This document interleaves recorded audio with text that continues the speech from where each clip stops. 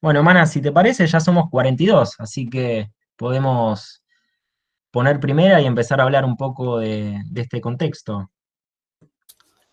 ¿Cómo no? Díganme si ven bien la presentación.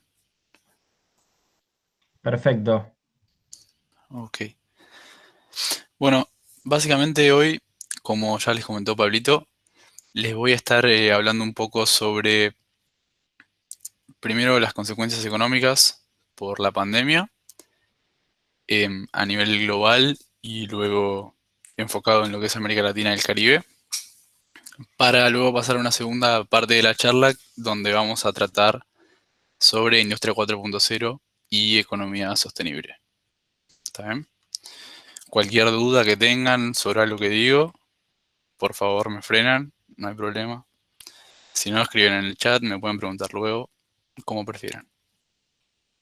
Em, Díganme, ¿están viendo? Pues no sé si estoy compartiendo bien el PPT o porque tenía dos abiertos. Perfecto. Proyecciones, principales proyecciones se ve. Perfecto, listo, gracias, Lisan. Bueno, primero, como les mencionaba hace unos segunditos, em, voy a estar analizando lo que es proyecciones económicas a nivel global. Em, El Fondo Monetario Internacional calcula que la actividad económica se va a estar contrayendo este año en alrededor de un 3%. Si esto es así, se convertiría en la recesión más grande que sufre el mundo luego de la Gran Depresión de 1930. Como para tomar dimensión de la magnitud de esta crisis, porque quizás 3% lo escuchan y no les parece mucho, acostumbrados a números grandes en nuestro país. Em, para que se den una idea, en la última crisis que hubo a nivel mundial, que fue la crisis financiera global del 2009, la contracción en ese momento del PBI real fue de tan solo 0,1%. Entonces estamos hablando de una crisis muchísimo más grande. Em, de todas formas, obviamente el impacto va a ser mayor o menor dependiendo la región por distintas particularidades. Acá en estos dos gráficos van a encontrar, en el de la izquierda van a encontrar más o menos lo que se proyecta que va a ser el impacto dependiendo de las distintas regiones. Em, Como verán, la más afectada será Europa, seguida por América del Norte y luego por América del Sur. Solo un comentario adicional sobre este primer gráfico es que en el mismo no incluí lo que el FMI en este reporte llama Asia, que básicamente llama Asia a lo que es China, India, el sudeste asiático y Oceanía, básicamente porque se proyecta que esos países o esa región no se va a contraer económicamente, pero tampoco va a crecer. Entonces, básicamente, si lo hubiera agregado, no hubieran visto ninguna barra. Luego, en el gráfico derecho, lo que van a ver es algunos países que decidí mostrar. En particular, acá los más afectados es la zona euro, digamos, que son menos países de lo que representa Europa en el primer gráfico.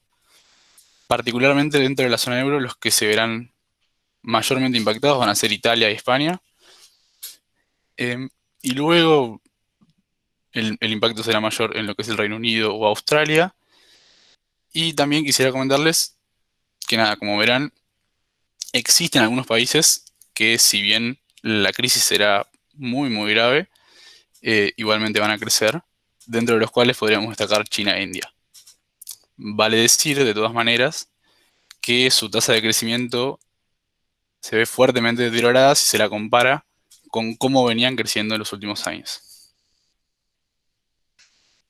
Ahora bien, ¿por qué esta crisis es tan importante o será tan importante a lo largo de este 2020? Es básicamente por las particularidades de la misma, porque es una crisis que no nace en la esfera económica, sino que nace en lo sanitario, digamos, y el hecho de que no exista vacuna o tratamientos disponibles llevó a que muchísimos países del mundo, si no casi todos, implementaron medidas de aislamiento que van desde, bueno, cuarentenas al interno de cada país, así como el cierre de fronteras, lo que inevitablemente altera todos los sectores de la economía. Algunos sectores, como pueden ser los que dentro de cada país se pueden considerar esenciales, tienen perturbaciones menores, pero esto no quita de que no se vean afectados.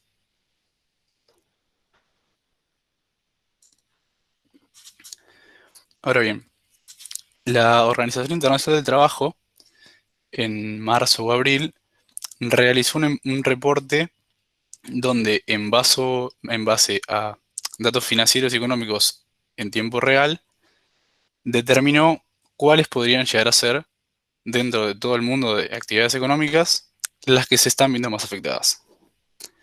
Dentro de esto, separó 4 distintos grupos, que son los que estamos viendo en este gráfico. En el color amarillo van a ver representadas las actividades inmobiliarias, administrativas y comerciales. En gris van a ver todo lo que se relaciona con hostelería y restauración. En naranja, la industria manufacturera. Y luego en azul, que verán que son las líneas más grandes, básicamente comercio al por menor y por mayor y reparación de vehículos. Para tomar dimensión del impacto de la crisis actual, estos 4 sectores más afectados eh, representan 436 millones de empresas a lo largo del mundo. Dentro de lo que la OIT llama empresas, tenemos empleadores, así como cuentapropistas, siendo como verán los cuentapropistas mucho más en estos sectores afectados. A su vez, si vemos dentro de cada sector, el que por lejos emplea más gente es aquel de comercio y reparación de vehículos. En particular, empleando más de 211 millones de personas. Ahora bien, más allá de cada sector en particular, lo que tenemos son algunos principales afectados en particular, sin importar el sector. Estos son todos aquellos trabajadores que lamentablemente trabajen dentro de lo que se conoce economía informal, que la OIT estimaba que para el año 2019 en el mundo existían 2.000 millones de trabajadores que trabajaban en la economía informal, dentro de los cuales un 76% de estos, o sea, estamos hablando de 1.600 millones de trabajadores, se ven actualmente afectados por o medidas de aislamiento o porque trabajan dentro de los 4 sectores mencionados en el slide anterior.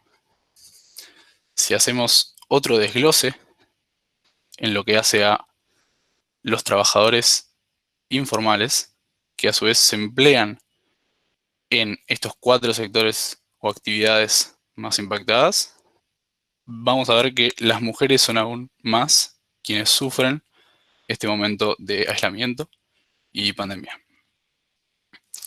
Ahora bien, por el otro lado, tenemos a los jóvenes.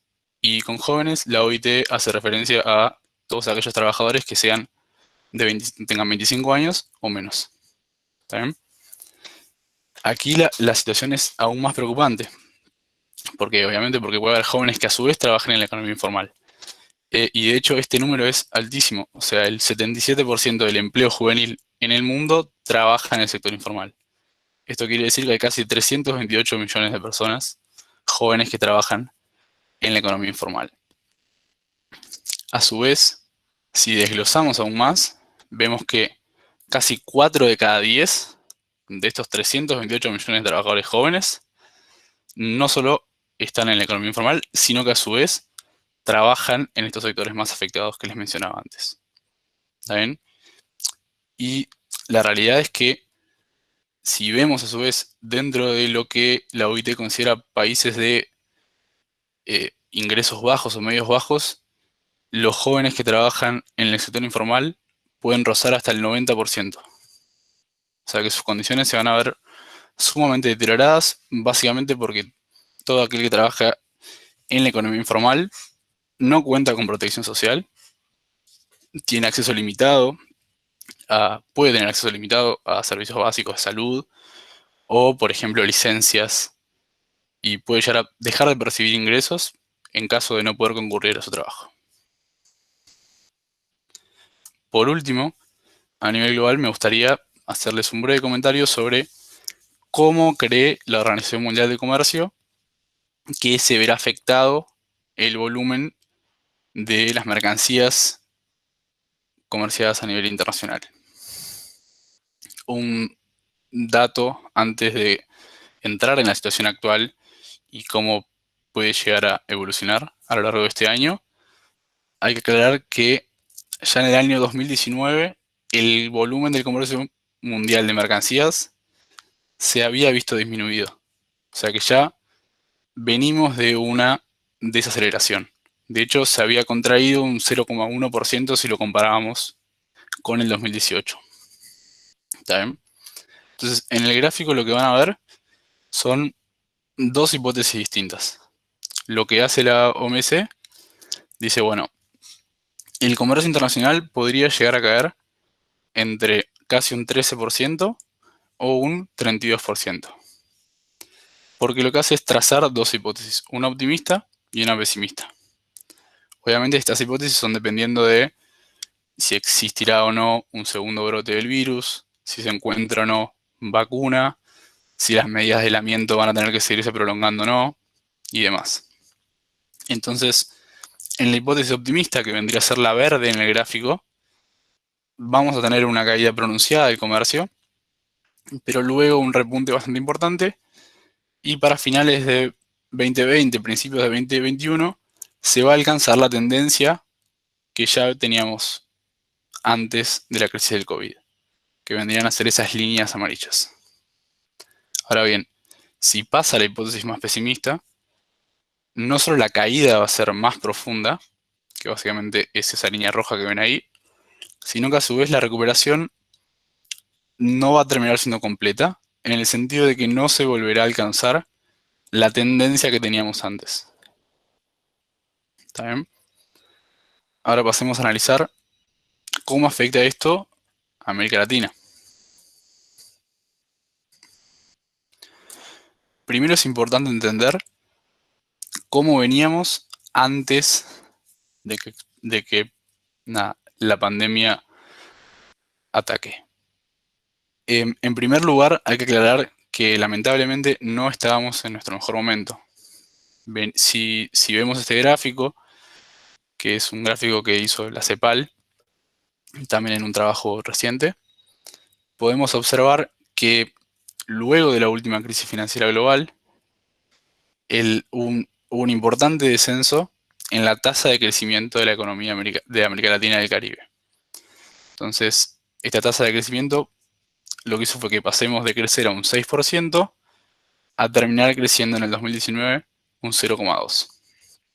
De hecho, si nos centramos aún más y vemos la tasa de crecimiento de los últimos 5 años, que es esa línea rosa que ven al final, donde dice 2014-2019, vemos que solo crecimos un 0,4% a nivel regional. Esa tasa es la más baja de los últimos 50 años. Ahora bien, este descenso en la tasa de crecimiento, lo que a su vez tiene es un correlato importante en un deterioro de las cuentas nacionales. Entonces, no solo nos encuentra creciendo menos, sino que nos encuentra con cuentas nacionales más deterioradas aún. Y esto es un punto muy importante porque las características de la crisis actual hacen que los estados tengan que realizar políticas monetarias y fiscales muy expansivas, o sea, gastar mucha plata, por decirlo mal y pronto. Entonces el hecho de que ya arranquemos con nuestras cuentas públicas deterioradas no es muy alentador. Lo que estoy mostrando acá en estos dos gráficos es, primero, van a ver que hubo un aumento notable de la deuda pública bruta de los gobiernos nacionales.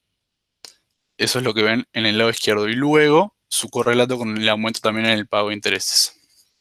Esto está representado como porcentaje del PBI, lo que quiere decir que en el 2010 la deuda pública bruta representaba en promedio para las economías latinoamericanas y del Caribe un 30%, y a finales de 2019 ya representaba casi un 45%. Un comentario no menor en este punto es que la situación latinoamericana y el Caribe es muy heterogénea. Como para que se den una idea, países como Paraguay o como Perú, para finales de 2019 tenían una deuda pública bruta que representaba aproximadamente 20-25% de puntos del PBI, mientras que nosotros 90%, o Brasil 75%, por ejemplo. Luego, si nos vamos al segundo gráfico, lo que vamos a ver ahí es una comparación de nuestras cuentas públicas en el año 2007, o sea, año previo al estallido de la crisis financiera global, y nuestras cuentas públicas el año pasado. ¿Qué vemos allí? En primer lugar, lo que dice dolarización de pasivos básicamente significa que aumentaron de 15.6 a 17.9% del PBI. Esto significa que básicamente tomamos más deuda en una moneda que no emitimos, algo sumamente peligroso. Luego tenemos lo que es el balance de cuenta corriente y el balance fiscal. La cuenta corriente básicamente lo que mide es toda transacción de un país con el resto del mundo de bienes y servicios. Pasamos a tener un déficit de 0.8 a un déficit de 3.4. Y por último, lo que se llama balance fiscal, que básicamente registra ingresos menos egresos corrientes de un Estado. En el año 2007 teníamos equilibrio fiscal, por eso no ven nada y ven solo un 0. Mientras que en 2019 teníamos en promedio en América Latina un déficit fiscal de 3 puntos. Como les digo, aquí también la situación es muy heterogénea dependiendo de los distintos países. Ahora bien, ¿a través de qué canales la región se verá afectada? Los primeros 3 canales que vamos a ver vendrían a ser el frente externo, mientras que en el cuarto vamos a decir un par de cosas sobre la ya problemática situación en el frente interno. ¿Está bien? En primer lugar, vamos a ver cómo evoluciona o cómo se espera que evolucione el comercio internacional en la región. Ya vimos a nivel internacional que la OMC proyecta una fuerte contracción del comercio, y esto es sumamente perjudicial para países como los nuestros. Se espera, o sea, la contracción económica que se espera que vaya a tener países o regiones como por ejemplo Estados Unidos, Europa, China, hace que gran mayoría de los productos que exportemos pierdan valor, básicamente. O sea, vamos a tener un descenso importante en el precio de los productos que exportamos, así como un descenso en la cantidad, porque nos van a comprar menos. ¿Qué lleva todo esto? Que el valor de nuestras exportaciones van a terminar siendo mucho menores. Se estima más o menos que el valor de las exportaciones en América Latina, o sea, las exportaciones que solemos tener en América Latina, se van a contraer en el orden de un 15%. Acá en este gráfico lo que van a ver es, dependiendo cada región, cómo se va a contraer. En la primera parte lo que vemos es el valor, que termina siendo lo más importante, y podemos ver que la mayor contracción se va a dar en las exportaciones de América del Sur, con un orden de 17.6%. Esto es básicamente así porque en América del Sur nos especializamos en materias primas, y las materias primas a lo largo de la historia han sido siempre más volátiles en cuanto a su precio y cantidad. Entonces, probablemente es por ese motivo que vamos a tener una contracción mayor en comparación a las exportaciones del país del Caribe o Centroamérica. A su vez, antes de pasar a analizar el segundo punto, la particularidad de la crisis actual puede llegar a impactar también más profundamente en aquellos países en los que participan en lo que se llama cadenas globales de valor. Básicamente, una de las cosas que hizo la globalización, o una de las consecuencias de la globalización, es que se formaron varias cadenas de valor a nivel internacional, lo que significa que quizás un producto que se vende en determinado lado usa insumos de un país, se comercializa con otro país, se diseña en ese país, se hace las modificaciones pertinentes, se comercializa a otro país que se termina vendiendo. Entonces, países que quizás utilizan para sus manufacturas industriales muchos bienes que provienen de China o diseño que proviene de Estados Unidos o de Europa, lo que termina haciendo es que se vean aún más impactados. Esto podría ser el caso, por ejemplo, de Brasil o de México. El segundo punto del frente externo, por el cual América Latina y el Caribe va a sufrir importantemente, va a sufrir este año, es básicamente por la salida de capitales. Ante momentos de fuerte incertidumbre como en el que estamos transitando hoy en día y que probablemente se extienda a lo largo de este año, se suele dar un fenómeno que se conoce como flight to quality. ¿Qué significa esto? Básicamente que aquellos inversores que habían decidido quizás invertir sus activos en países emergentes o que a su vez son países de mayor riesgo, ante un momento de incertidumbre deciden retirar esas inversiones e irse a activos más seguros, como pueden ser, por ejemplo, bonos de Estados Unidos, como puede ser refugiarse en dólares líquidos en sí, o como puede ser comprar oro. Entonces, ¿qué provoca esto? Que ante fuertes salidas de capitales, lo que se suele evidenciar en economías como las nuestras, particularmente en aquellas que no tienen, a diferencia de nosotros, que no tienen tan regulada lo que es el mercado de cambios, lo que se suele evidenciar son fuertes depreciaciones de sus monedas en comparación al dólar. Entonces, en este primer gráfico lo que vemos es un estudio que incluye la CEPAL en uno de sus trabajos en base a información del Instituto de Finanzas Internacionales, donde podemos ver que el flujo de capitales se va a ver altamente disminuido durante este 2020, mientras que en el segundo gráfico lo que nos está mostrando es cómo se depreciaron algunas monedas. En particular van a ver la línea negra es el peso mexicano, la línea naranja es nuestra moneda, la azul es el real y el rojo es el peso colombiano. La información que están viendo es desde el 1 de enero de este año hasta el 1 de enero, perdón, hasta el 1 de junio de este año. Y lo que van a ver en el eje derecho tienen cómo se fue depreciando, digamos, o sea, cuánto fue descendiendo su valor con respecto al dólar. Y van a ver que todas a partir de marzo tienen una abrupta caída en su valorización. Después, en mayo más o menos, comenzaron a crecer un poco más y a recuperar ese valor que se perdió. Pero eso no quita de que al 1 de junio, si lo comparamos con el valor del 1 de enero, el peso mexicano tuvo una devaluación del 14%, nuestra moneda tuvo una devaluación del 13%.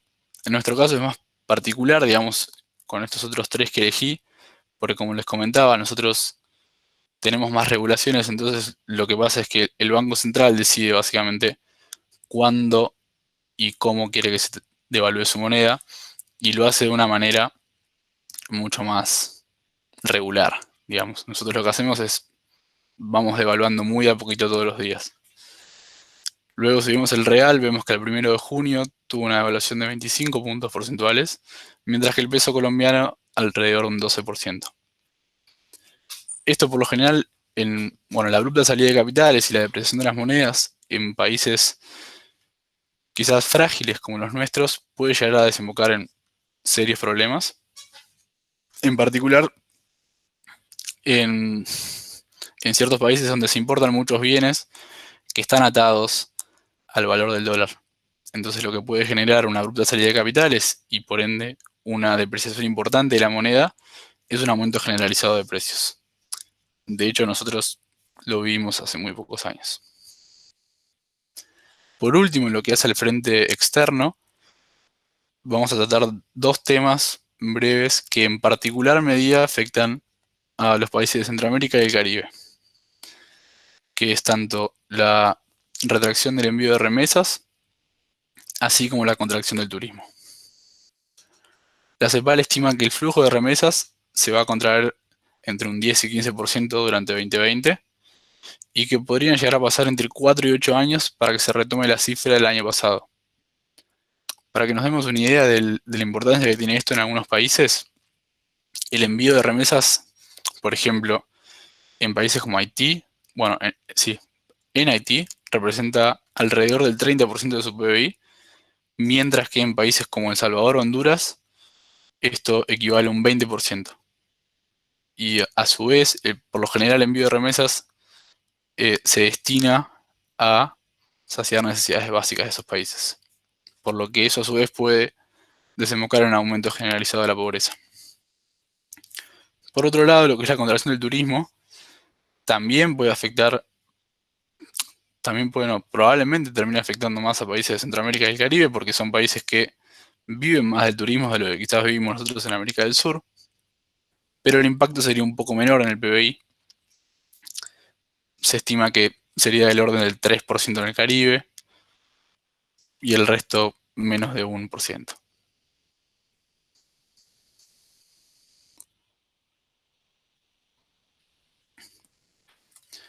Por último, pasemos a el canal interno, digamos.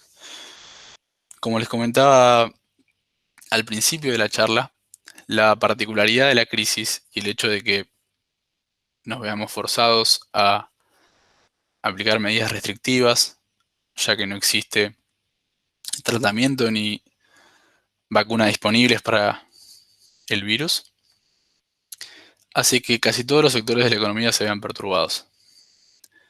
Entonces, esto en gran medida amenaza la solvencia tanto de las empresas como de los trabajadores. Básicamente, la empresa no puede vender,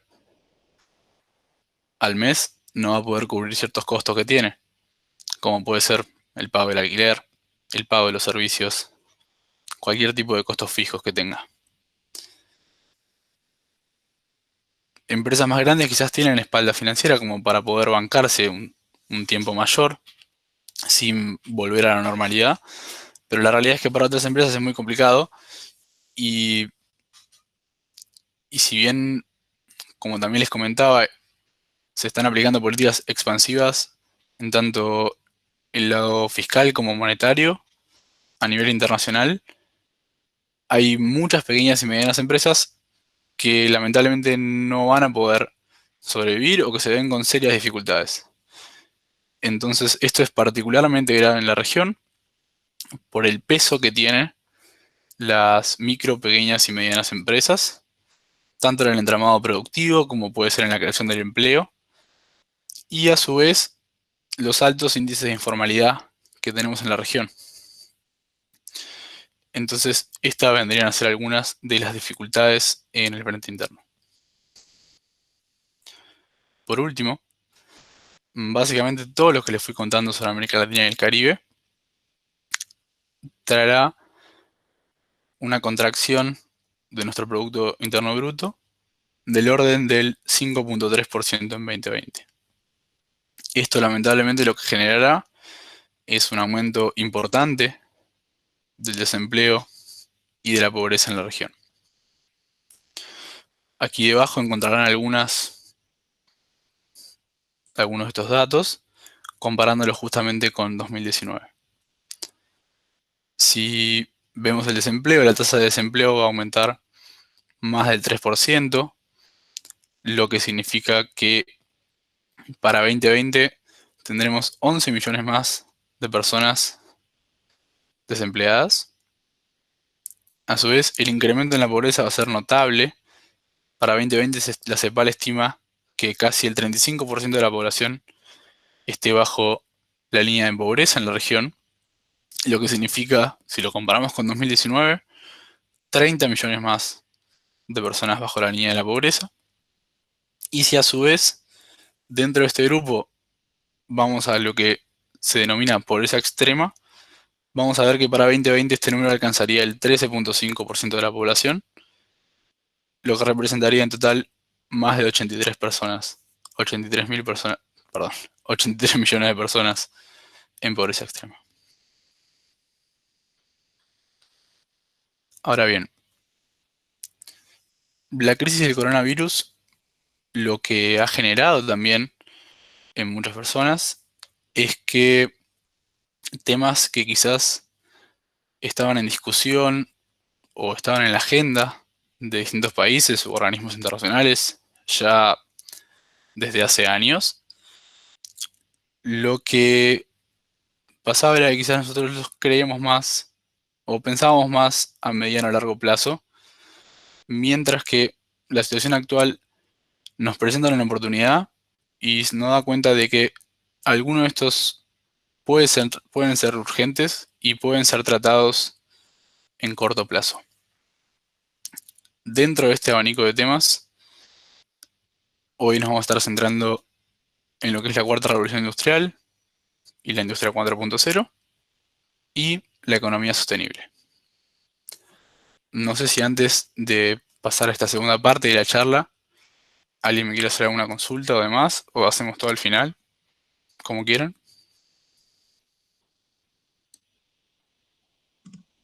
Seguimos, Mana, y dejamos por ahí un huequito al final para hacer preguntas. Perfecto, Vale. sigo nomás. Bueno, comencemos por la cuarta revolución industrial.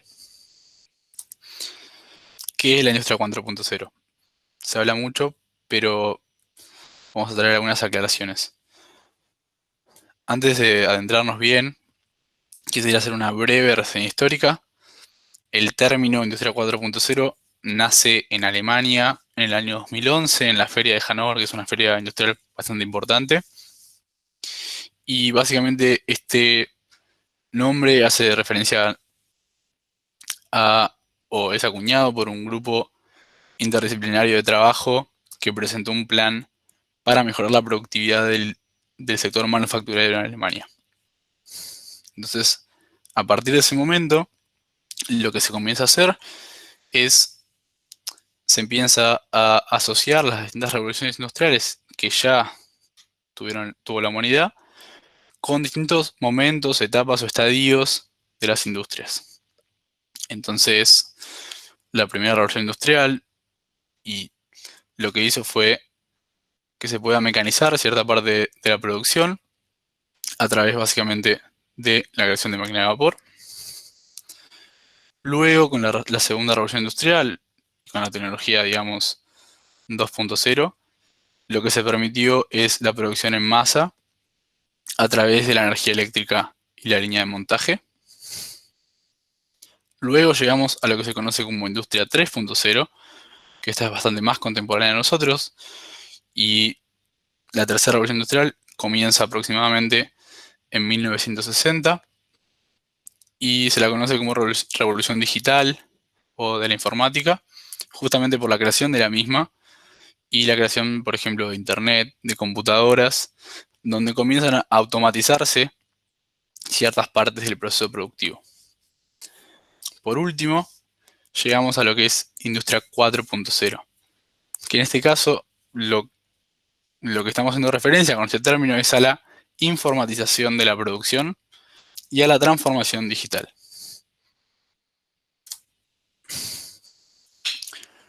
Básicamente, entrémonos un poco más en el término, en base a tecnologías ya existentes u otras nuevas, se construye esta nueva industria 4.0. Entonces, la misma se caracteriza básicamente por una interacción de diversas tecnologías, algunas ya existentes, otras que se van creando, pero que son cada vez más sofisticadas y son cada vez más integradas entre sí. Esta profunda interacción, esta profunda integración entre estas tecnologías, lo que hace es que termine transformando de manera radical la realidad como la conocemos. De hecho, hasta borrando en cierta manera los límites de las dimensiones físicas, digitales o biológicas. Un detalle más para esta definición, quisiera simplemente nombrar algunas características que distinguen esta cuarta revolución de las tres anteriores. En primer lugar, su velocidad. Si uno compara la velocidad de profusión de las distintas revoluciones anteriores, vemos que su crecimiento era lineal, o que su impacto era lineal, digamos, mientras que la que estamos viviendo hoy en día es exponencial. En gran medida esto es así porque las nuevas tecnologías terminan engendrando nuevas tecnologías que son más capaces aún todavía. Por otro lado, lo que tenemos es una amplitud y profundidad muy grande y mucho mayor a las anteriores, en el sentido de que lo que se está cambiando no es, son varios ámbitos de la realidad, que va desde la economía hasta el sistema, la manera de producir, como puede ser la realidad misma de la sociedad como la conocemos. Y los impactos en los sistemas van más o menos también de la mano de lo que acabo de comentar. Básicamente, la industria 4.0 lo que está haciendo es impactar dentro de cada país y la relación que tienen con el resto, dentro de cada país, dentro de cada empresa, dentro de cada sector. Ahora bien, algunos pilares tecnológicos que podríamos nombrar de la industria 4.0 son estos que se incluyen acá en este grafiquito. Voy a simplemente nombrarlos y hacerles una breve descripción de qué permite cada uno de estos o qué significan los mismos. Cuando hablamos de robots, estamos hablando básicamente de máquinas o sistemas autónomos que sirven para automatizar tareas. Cuando hacemos referencia a la simulación, lo que esta nos permite es representar virtualmente el funcionamiento en conjunto de máquinas, de procesos y de personas en tiempo real antes de que sean puestos en marcha. Esto lo que hace es que tengamos ahorro de tiempo, de averías y algo muy importante que es la posibilidad de evaluar resultados con un entorno controlado. Luego, cuando hablamos de sistemas de integración, lo que estos nos permiten hoy en día es integrar lo que es tecnologías operacionales con las tecnologías de la información y la comunicación.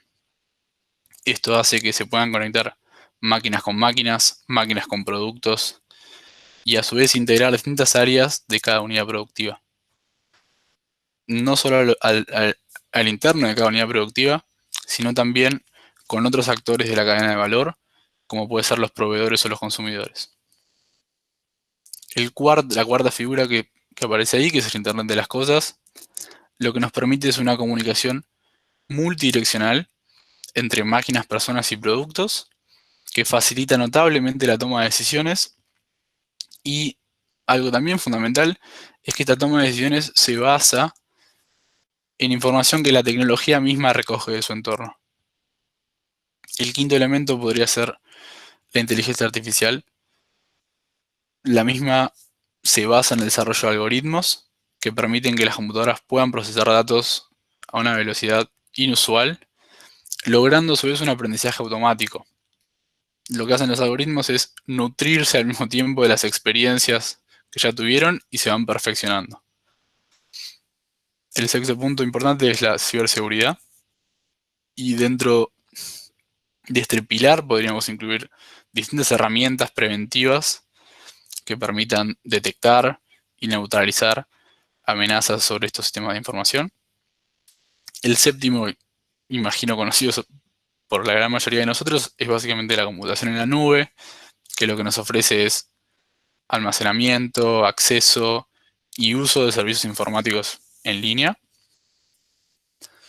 El octavo pilar hace referencia a lo 3D, que en particular cuando hablamos de 3D, lo que estamos haciendo mención es a lo que se conoce como manufactura aditiva. La misma lo que permite es fabricar piezas tomando como referencia un diseño previo, sin moldes, directamente desde un modelo virtual.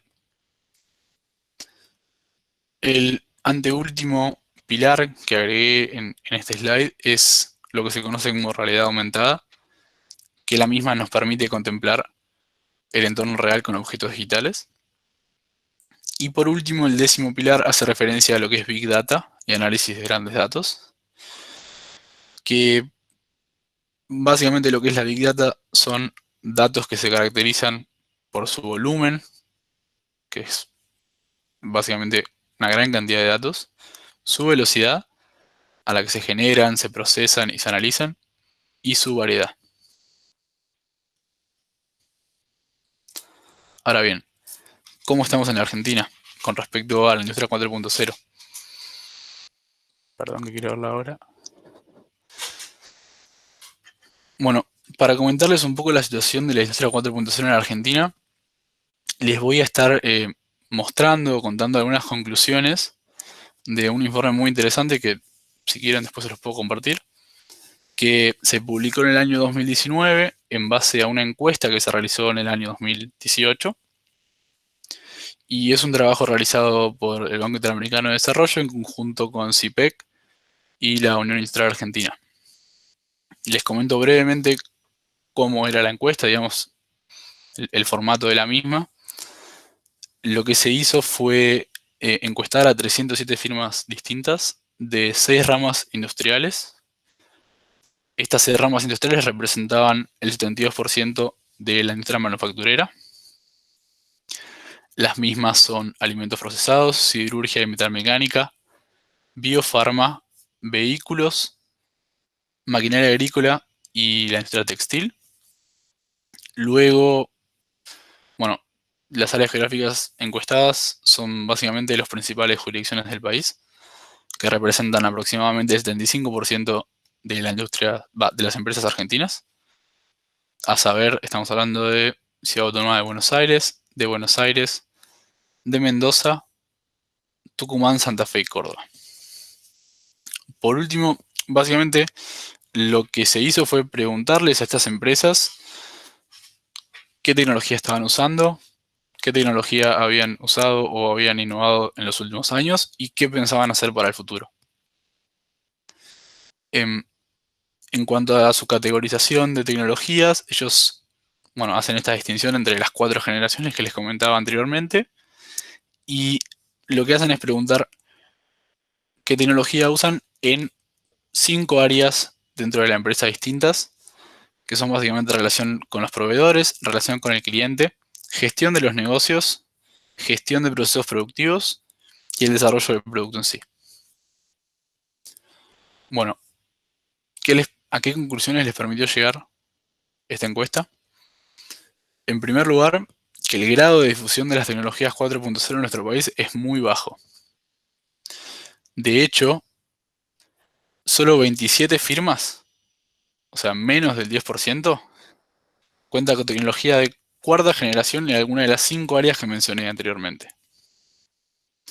Otro dato más, solo 9 de estas empresas cuentan con tecnología de 4ª generación en 2 o 3 de estas áreas, y ninguna de las encuestadas cuenta con tecnologías 4.0 en más de 3 de las áreas. Una segunda conclusión que se complementa con la primera, digamos, es que en aproximadamente el 80% de estas empresas predominan las tecnologías de primera y de segunda generación. Luego, un dato un poquito más alentador es que una de las preguntas que se les hizo a las empresas es qué tecnología piensan tener o qué tecnología piensan adoptar en los próximos 10 años. Y vemos que el porcentaje de empresas que cree que va a estar usando tecnologías 3.0 o 4.0 es del orden del 45%, cuando hoy está en 14%. Ahora bien, nos vamos la última conclusión, que no es para nada alentadora, que es que más del 60% de las firmas dice no estar tomando ninguna acción relacionada a la adopción de las tecnologías 4.0. De hecho, solo el 5% dijo estar haciendo algo en ese momento, y el 25% que estaban pensando qué hacer en breve. ¿Está bien? Acá tenemos un punto muy importante, porque lo que nos plantea esto es un desafío interesante a nivel país, básicamente porque la industria 4.0 es lo que se viene. Entonces, este pantallazo del estado actual y más que nada de lo que piensa el empresario argentino sobre, o sea, tampoco voy a generalizar, no estoy basando mis conclusiones en estos datos que les comentaba. Pero lo que se necesita es una importante transformación digital intrafirma e intentar cambiar o transformar los nuevos modelos de negocios, intentando incluir más tareas relacionadas a lo que es investigación y desarrollo, lo que es innovación, lo que es robótica.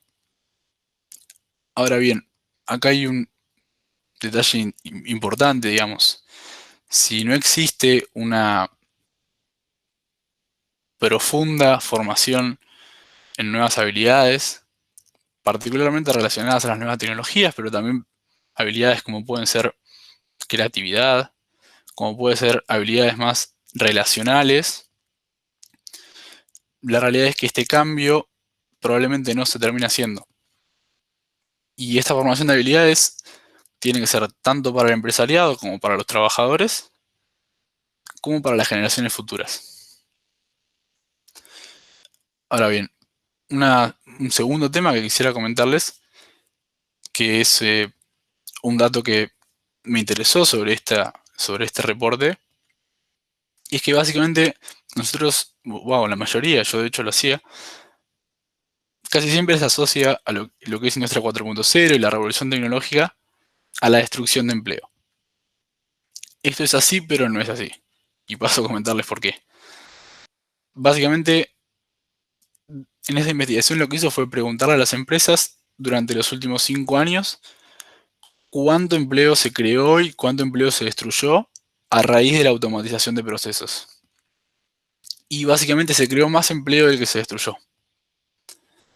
Ahora bien, hay un detalle fundamental, que es que si nos analizamos en las tareas o en las áreas en las cuales se destruyó más del que se creó, estas son tareas mucho más repetitivas. Entonces, ¿qué significa esto? Que toma otra vez relevancia lo que es la capacitación, tanto para empresarios como para trabajadores. Porque a su vez, las áreas en las que se creó más empleo del que se destruyó fue justamente en áreas con un mayor contenido cognitivo, digamos, y no tan repetitivas.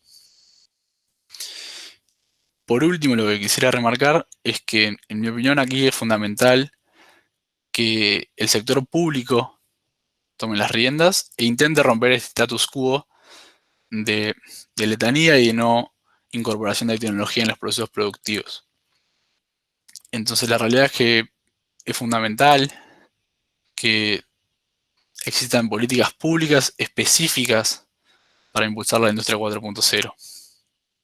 Si no, probablemente lo que termine pasando es que quedemos rezagados, que solo algunas empresas con tecnología de punta incorporen o se adapten a las nuevas necesidades del mercado, mientras que existan muchísimos perdedores. Ahora bien, otro dato interesante de este reporte es que lo que comentaba es que probablemente el tipo de políticas que se pueden llevar desde el sector público deberían ser segmentadas y deberían atender a las necesidades de cada sector. En el sentido de, por ejemplo, las empresas que ya tienen tecnología de punta o que ya están incorporando mucho de lo que es innovación, investigación y desarrollo, automatización en sus procesos productivos, van a necesitar contar con una infraestructura digital acorde a este avance veloz, si no se van a ver limitados en algún momento. Pero por otro lado también tenemos, no sé, es muy necesario al principio, quizás, o en un estado intermedio, la financiación. Entonces, quizás se pueden pensar en mecanismos de, por ejemplo, no sé, exención de impuestos, o lo que puede ser subsidios, o lo que puede ser intentar conseguir financiamiento más barato para estas empresas. Pero por último también hay que pensar en las que están más rezagadas y en las cuales hay que,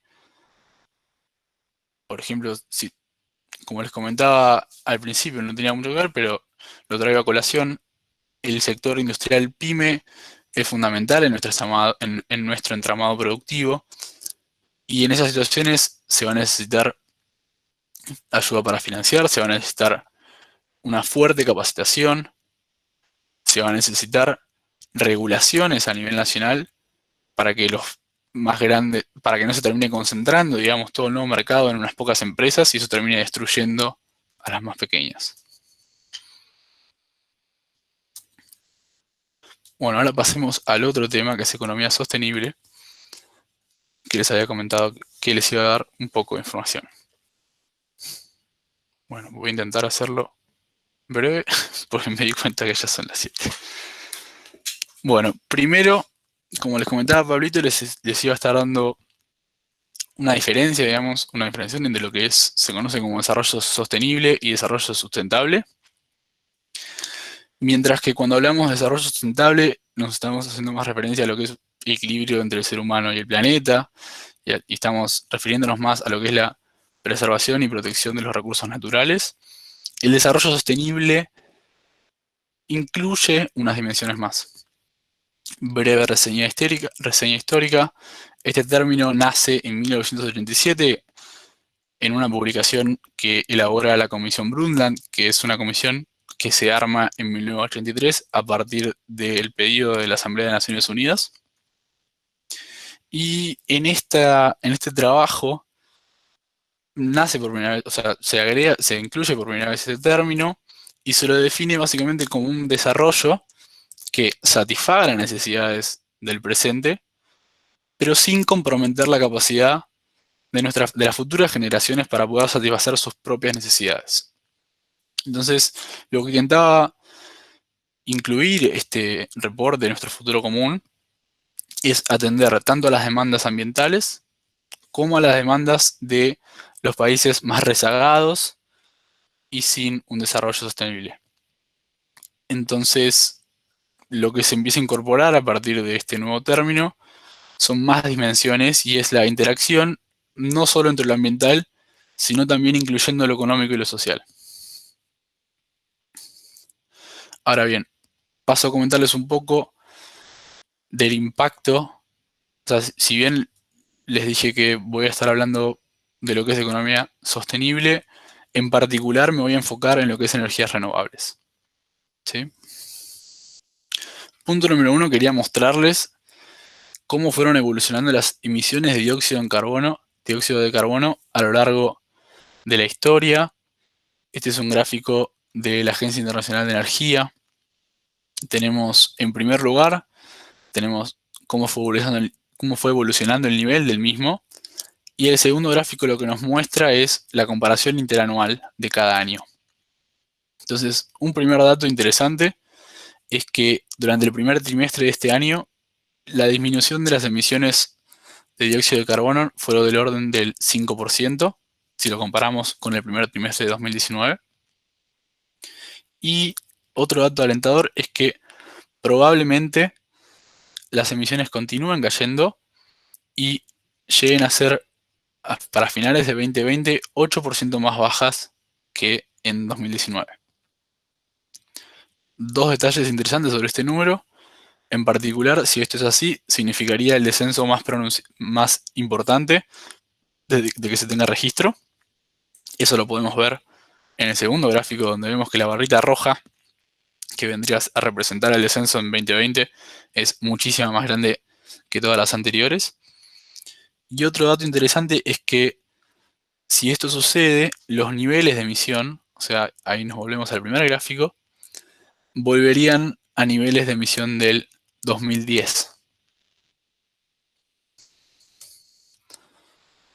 Este descenso en la emisión de dióxido de carbono lo que trae es su correlato en la demanda de energía. Durante el primer trimestre de 2020, la demanda global de energía disminuyó alrededor de 4% y se espera que caiga aún más, llegando a un 6% menos en 2020.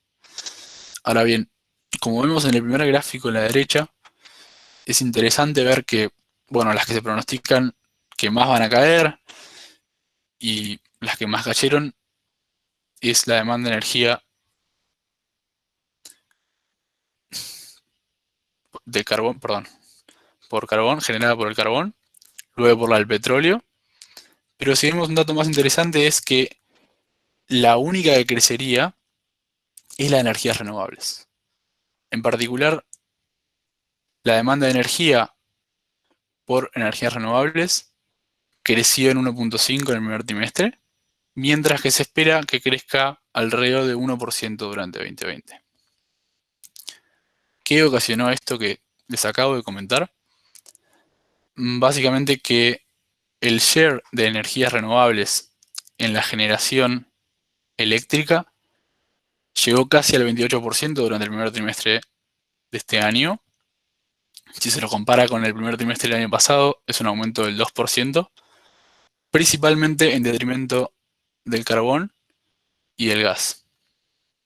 A su vez, y esto es lo que está representado en el segundo gráfico, lo que vemos es que probablemente para este año, si se dan los pronósticos que incluye la Agencia Internacional de Energía, vamos a tener más energía, más generación eléctrica producida por fuentes bajas en carbono, que son básicamente las renovables y la nuclear, que aquella producida por el carbón. De hecho, se alcanzaría el porcentaje más alto desde que se tiene el registro, que equivaldría a que el share de la generación eléctrica por fuentes bajas en carbono sería alrededor del 40%. Ahora bien, esto lo que hace es plantearnos una oportunidad histórica, no solo porque alcanzaremos las emisiones más bajas de CO2 de la historia, sino porque podríamos comenzar hacia una transición de energías limpias. Antes de pasar a analizar esto, le quiero comentar algo del gráfico anterior que recuerdo y no es menor. Si bien el share de las energías renovables creció muchísimo, hay que tener en cuenta que tienen prioridad en el despacho. Y esto pudo haber sido también uno de los motivos que llevó a impulsar su aumento por sobre la contracción del resto. Obviamente también aquí pesaron ciertas inversiones que hicieron el año pasado que ya están operativas, entonces hay más generadores, pero también es un dato menor que no quería dejar pasar. Volviendo a la oportunidad histórica. Ahora bien, como les comentaba anteriormente, esto es una oportunidad única. Podemos decidir, una vez superada esta crisis, transicionar y cambiar nuestra matriz productiva y energética hacia una que use mucho más energías limpias. Ahora bien, para poder realizar ese cambio se necesitan cambios estructurales. Si vemos en el primer gráfico, y fíjense que son los años que están marcados, que son la Gran Depresión, la Segunda Guerra Mundial, el shock del petróleo y la crisis financiera, vemos que siempre que hubo una caída en la emisión de dióxido de carbono, al otro año hubo un aumento importantísimo en el mismo. De hecho, si nos vamos en el gráfico de abajo a lo que es la línea de la crisis financiera, vemos que luego de la caída de emisión en 2019 a raíz de la crisis, en 2010 existió el aumento interanual más alto de toda la serie. ¿Qué quiero decir con esto? De que si no existe voluntad política, si no existe conciencia de la oportunidad en la que nos encontramos, probablemente se vuelva a un sendero contaminante. Por último, antes de pasar a mostrarles la situación argentina, y un detalle más que me pareció interesante compartir con ustedes, veamos algunas de las posibles políticas que se podrían llevar adelante en esta oportunidad y en este cambio hacia la transición a energías limpias. Para empezar, podría haber un paquete de estímulo para el sector de energías renovables, y con paquete de estímulos se pueden incluir varias cosas, como pueden ser desde exención de impuestos, como puede ser subsidiar a consumidores o productores de energías renovables. Después, en el segundo ítem, lo que incluí es lo que se llama carbon pricing. Estos son básicamente herramientas que atan las externalidades negativas que puede generar las emisiones de gases de efecto invernadero, en particular dióxido de carbono, a un precio. Entonces, aquí lo que termina pasando es que termina funcionando, digamos, un mecanismo de mercado donde no es el Estado quien dice tal empresa o tal lugar tiene que reducir en tal manera y tal día la emisión de gases de efecto invernadero, sino que termina siendo el mercado quien pone este precio y hace esa distribución. Existen algunas modalidades de este tipo de herramientas, en particular quisiera nombrar dos. Una como puede ser impuesto directo a la emisión. Si emitís por determinado nivel, por arriba de determinado nivel, se te cobra un impuesto. Y otro puede ser que se forme como una suerte de mercado de bonos, donde, por ejemplo, decimos, bueno, se puede emitir hasta 100, le damos uno a cada uno y se empieza a comerciar entre los distintos participantes y a raíz de eso se va viendo hasta cuándo se puede emitir y cómo se distribuye esa emisión dentro de lo que pactamos previamente. Por último, es importante que haya una fuerte inversión en tecnología, más que nada para reducir las emisiones. Y el cuarto punto hace referencia a que hoy en día existen determinados proyectos de energías renovables, particularmente en Europa, Estados Unidos y China, que para poder lograr alcanzar ciertos subsidios o alcanzar ciertos incentivos que fueron puestos por sus respectivos gobiernos, estos proyectos debían estar operativos o debían finalizarse para final de este año. La pandemia actual lo que hace es que se haya interrumpido en cierta manera estos proyectos. Por lo general, en general, son sectores muy globalizados, participan de lo que son las cadenas globales de valor, que ya les comentaba con anterioridad. Entonces, por ejemplo, quizás muchísimas de las piezas se producen en China, entonces se vieron interrumpidos en su momento. Y lo mismo pasa, por ejemplo, con lo que es energía eólica, que se produce en distintas partes del mundo, distintos componentes. Entonces es fundamental que se extiendan estas fechas límites para que igual esos proyectos puedan recibir esos estímulos que habían sido prometidos. Por último, ya concluyendo, antes de pasar a analizar brevemente la situación argentina, me gustaría comentarles sobre los fondos de inversión socialmente responsables. ¿Qué son los fondos de inversión socialmente responsables? ISR. Son básicamente fondos que eligen sus activos en base a criterios ambientales, sociales y de gobierno corporativo. Entonces, por ejemplo, probablemente estos fondos no compren acciones para incluir en sus carteras de tabacaleras o empresas de armamento, pero sí van a comprar bonos de países o o acciones de empresas que lleven adelante políticas para proteger el medio ambiente, políticas de igualdad de género, de reducción de la pobreza. Entonces, un dato interesante es que durante los últimos años ha habido un importante crecimiento de este tipo de fondos de inversión, por sobre los tradicionales. Los tradicionales incluyen un popurrí de cosas, digamos. Y lo que estamos viendo en el gráfico derecho es un gráfico que se incluyó en un estudio que realizó BlackRock durante este año. BlackRock probablemente lo hayan escuchado hablar, básicamente porque es el administrador de fondos de inversión más grande del mundo. De hecho, tiene parte de nuestra deuda que se está reestructurando actualmente, así que probablemente lo hayan escuchado hablar. Y lo que nos muestra BlackRock es que estos fondos socialmente responsables tienen un comportamiento más resiliente que los tradicionales.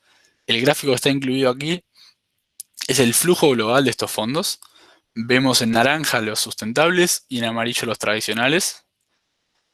Y esto, si bien solo nos está mostrando cómo o qué sucedió desde el 1 de enero de este año hasta el 25 de marzo, en el estudio que menciono acá, dice y muestra que esto es consistente con análisis previos que ellos habían hecho. Otro último comentario con respecto a esto. El hecho de que el administrador de fondos más grande del planeta vaya para este lado puede llegar a ser importante para lo que es el sector de renovables. No solo porque maneja inmensidad de dinero y si recomienda a sus inversores, a sus clientes, o si decide invertir por su cuenta, digamos, en todo lo que es energías renovables, esto le puede venir bien al sector, sino que a su vez, al ser un administrador tan grande, tiene acciones en básicamente todas las compañías más importantes del mundo, de los bancos y demás. ¿Y qué significa básicamente eso? Que tienen poder de decisión en sus directorios. Entonces, si de repente BlackRock quisiera ser verde, esto le vendría muy bien a lo que es el sector de las renovables. Por último, ya para concluir, y perdón por extenderme un poquito más, quisiera comentarles algunos datos de la situación argentina. En cuanto a lo que es demanda de energía, el comportamiento a marzo fue similar de lo que les comentaba previamente a nivel internacional. Hubo una disminución de la misma de 0,5%.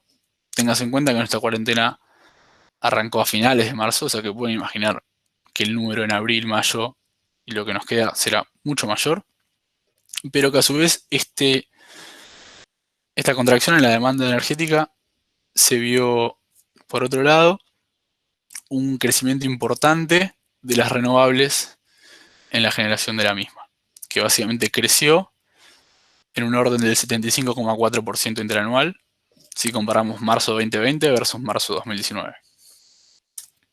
Último dato. La realidad es que el sector de las energías renovables en la Argentina era muy pequeño. A finales de 2015, si no me equivoco, se promulga la ley 27.191, que básicamente es la ley que incluye diversas metas que tiene que alcanzar el país en cuanto a lo que es generación eléctrica por renovables y generación de energía renovable. Lo que establece esa ley es que para el final del año 2025, una de las cosas que establece es que deberíamos alcanzar un 20% de la generación eléctrica proveniente de las energías renovables. Hoy en día estamos bastante lejos de ese número. Este mismo importe que revisé, lo que nos muestra es que la generación eléctrica por parte de las renovables era del orden del 7% para marzo. Y un último comentario para concluir esto. Como les decía, el sector era muy pequeño. A partir de la promulgación de la ley, comienzan a crearse y a ponerse en marcha muchísimos proyectos, pero la realidad es que hay muchos de ellos que se encuentran detenidos o hay muchos que han sido cancelados, y esto se debe no solo a la crisis actual del coronavirus, digamos que trae cierta incertidumbre en cualquier sector de la economía, sino por básicamente nuestra debilidad macroeconómica y nuestra inestabilidad, lo que hace que sea complicado, por un lado, obtener financiamiento, y por otro lado, es complicado que se venga a invertir si no se tiene previsión de lo que puede llegar a pasar en el corto, mediano y largo plazo. Entonces, a partir de 2017-2018, que comenzamos a atravesar una crisis profunda, estos proyectos se vieron detenidos. Y con eso, muchas gracias. Perdón por pasarme. Y si tienen alguna consulta, los escucho. Bueno, gracias, Mana. La verdad, muy buena la presentación. Digo, me gustó mucho la parte gráfica, incluso la verdad que me parece que estuvo muy bien, muy clara y precisa. Bueno, abrimos, si quieren, un ratito, aunque sea cortito, de preguntas. Si alguien quiere sacarse alguna duda, preguntar algo respecto de la parte por ahí más económica, macroeconómica o de Industria 4.0, o mismo también de este último tema, está habilitado, abre el micrófono y pregunta abiertamente, o si lo quiere poner por el chat, misma modalidad.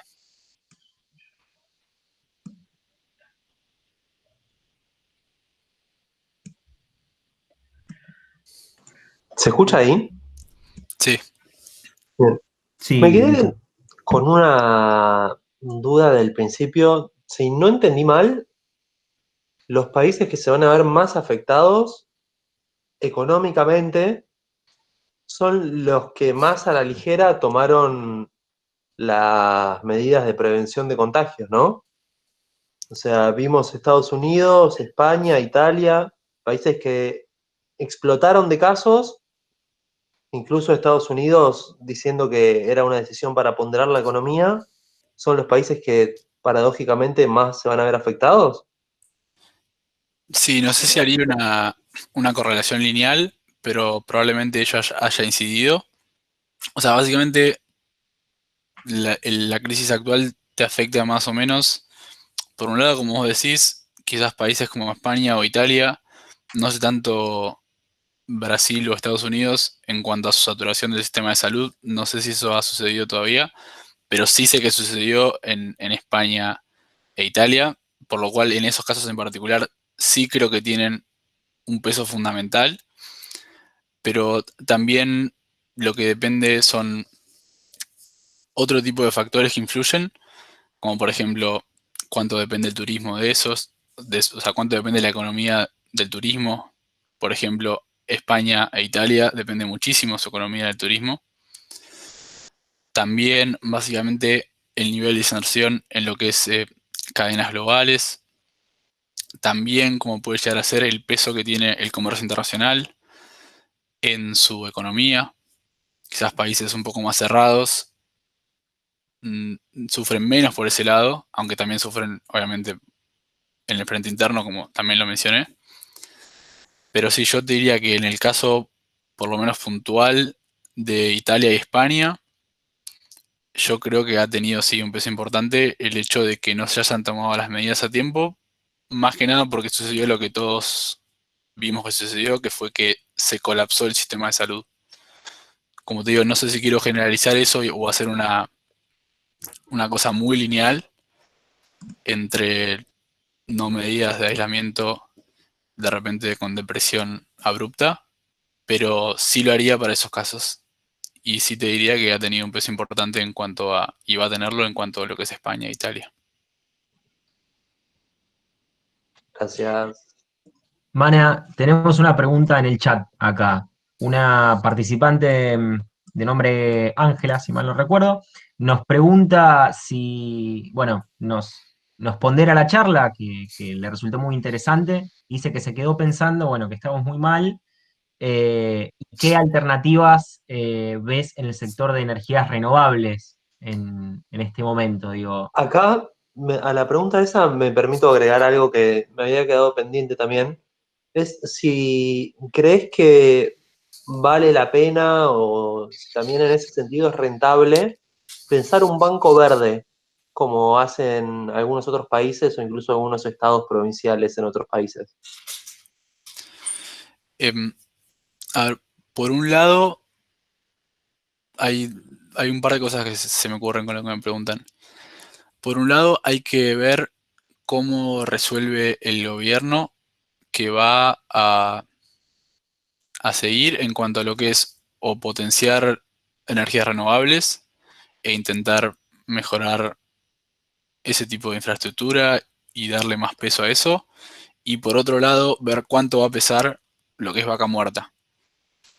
O sea, si bien, bueno, por un lado son contradictorios en el sentido de en uno estamos incentivando lo que es combustibles fósiles y en el otro energías renovables, como estamos hablando de una transición, yo creo que lo que va a suceder es que se va a hacer un poco y un poquito. Pero en cuanto a alternativas que veo en el sector renovables, yo creo que es fundamental, en primer lugar, que logremos una reestructuración exitosa de la deuda externa. Básicamente porque, como les comentaba, uno de los principales problemas que enfrentaba el sector, un sector que tiene mucho potencial en nuestro país por nuestras cualidades naturales, digamos, en el sentido de que en el norte se puede ser altamente explotado lo que es parques solares. De hecho, hay uno que se llama Cauchari, que puede llegar a ser el parque solar más grande de América Latina, que todavía no pudo entrar en financiamiento, en operación. Y luego lo que es la parte eólica, quizás en la región más de Buenos Aires. Pero yo creo que va a ser fundamental el tema de la reestructuración exitosa de la deuda para poder conseguir financiamiento otra vez, y que esos proyectos que quizás están parados o que quizás nunca pudieron arrancar puedan hacerlo. Y al mismo tiempo lo que va a generar eso y que entremos en un sendero más estable y de certidumbre en cuanto a nuestro futuro, va a generar que pueda haber más inversiones en ese sector, independientemente del financiamiento per se que puedan obtener o no las empresas. Y en cuanto a lo del Banco Verde, la realidad es que no estoy tan familiarizado con las distintas experiencias, por lo cual no te quiero vender algo que no sea real, Lisan. No te voy a mentir a vos. Gracias por tu sinceridad. Siempre.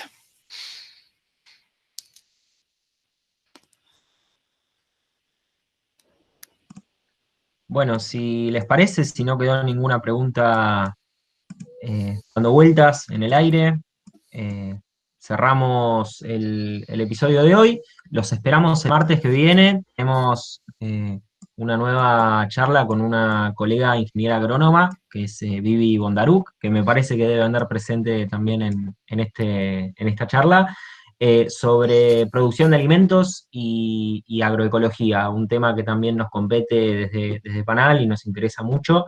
Te damos gracias, Mana, por este diálogo, por esta presentación. Te felicito también a nivel personal. Eh, y bueno, les agradecemos a todos por estar presentes, a pesar de que, bueno, frecuentemente sucede esto que se termina estirando un poco. Les dejamos en el chat nuestras redes sociales, los invitamos a seguirnos en nuestras redes, en Twitter, en Instagram, a visitar nuestro blog, que también se lo vamos a dejar. Y bueno, simplemente eso. Muchas gracias a todos y espero que sigan bien. Nos encontramos el martes que viene. Hasta luego. Chao, gracias. Gracias.